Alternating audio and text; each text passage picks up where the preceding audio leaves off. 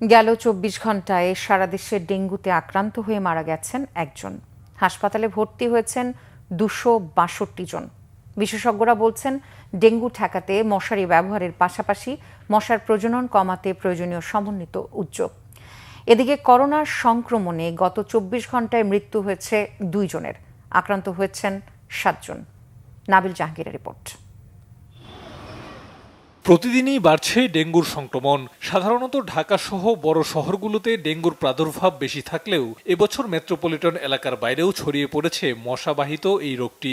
আমার হঠাৎ করে মাথা ব্যথা, তারপরে থেকেই জ্বর আর সব শরীর ব্যথায় জ্বালা যন্ত্রণা।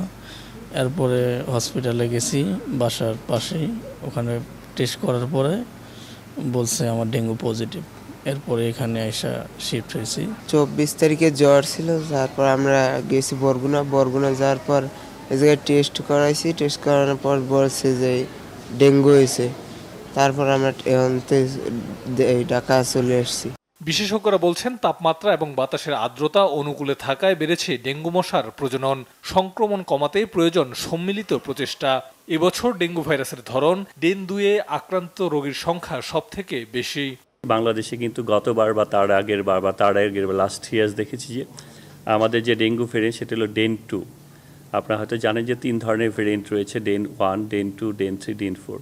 এই ডেন2 ভেরিয়েন্টটা কিন্তু খুবই ডেঞ্জারাস এবং এটার জন্যই কিন্তু ব্লিডিং টেন্ডেন্সিটা বেশি হয়।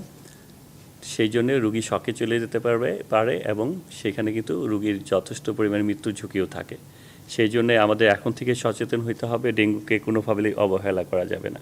অন্যদিকে করোনা সংক্রমণের গতি কিছুটা কম থাকলেও কোভিড-১৯-এর নতুন ধরন ছড়িয়ে পড়া ঠেকাতে সাবধানতা অবলম্বন ও সচেতনতা জরুরি বলে মনে করছেন ডিএনসিসি ডেডিকেটেড কোভিড-১৯ হাসপাতালের পরিচালক কর্নেল ডাক্তার তানভীর আহমেদ। আমাদের উচিত হবে এখন থেকে সচেতন হওয়া, যেন ফার্দার স্প্রেড না করে। এটা রিজন হচ্ছে যে যত পরিমাণ স্প্রেড হবে এই ভাইরাসগুলো কিন্তু সেই সম্ভাবনা রয়েছে যে it can change is genome. যখন জিনোম র্যাপিডলি চেঞ্জ হয়ে যায়, যেটাকে আমরা ইন্টেস্টিজিনিস শিফট অর অ্যান্টিজেনিক ড্রিফট বলি, সেই ক্ষেত্রে কিন্তু এটা আমাদের ইমিউনিটিকে অ্যাভয়েড করতে পারবে এবং সেক্ষেত্রে কিন্তু সামটাইমস এটা মোর সিভিয়ার হয়ে যেতে পারে। এই সামার বা গরমকালেও কিন্তু এটা বৃদ্ধি পাচ্ছে। এটার কারণ হতে পারে probably it changes is genome, যেটা এই তাপমাত্রাকেও রেজিস্ট করতে পারছে। That is our concern for all of us. জ্বর বা সর্দি কাশি হলে অবহেলা না করার পাশাপাশি আতঙ্কিত না হয়ে ডাক্তারের শরণাপন্ন হওয়ার পরামর্শ বিশেষজ্ঞদের। নাবিল জাহাঙ্গীর, বাংলা ভিশন, ঢাকা।